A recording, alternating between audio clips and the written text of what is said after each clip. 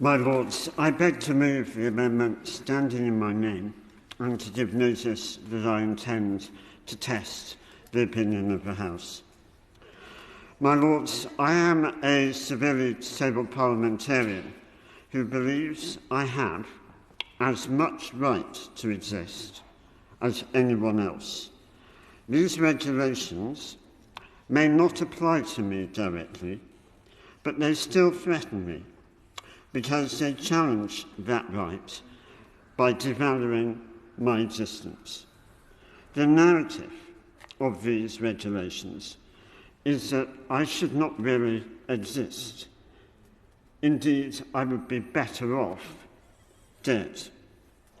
My noble friend the Minister cites CEDAW, but I wonder how that narrative does not perpetuate a negative stereotype against disabled people, which CEDAW expressly prohibits. My Lords, if we pass these regulations today, not only are we endorsing lethal disability discrimination right up to birth, but we are in practice saying to anyone who is born with a disability that they somehow escaped the net. Now, to his credit, the Prime Minister has committed to publishing in the near future the most ambitious and transformative disability plan in the generation.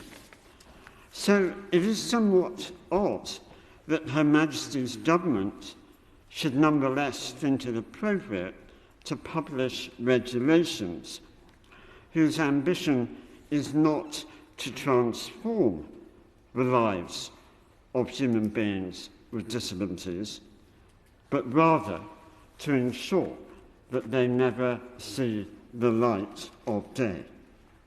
I have to say, my Lords, there seems to be a slight disconnect in the government's messaging.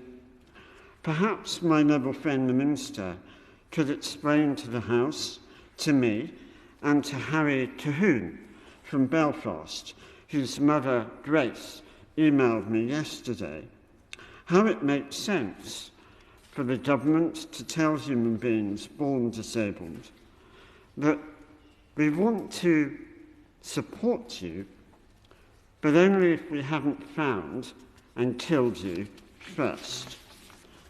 My bones break easily.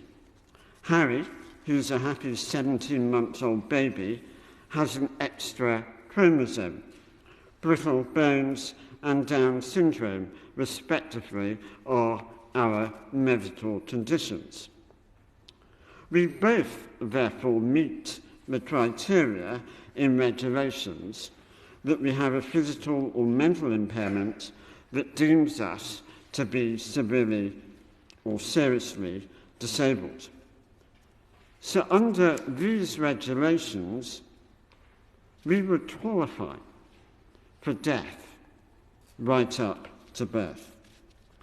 My Lords, that is ultimately what these regulations are about: death for disability.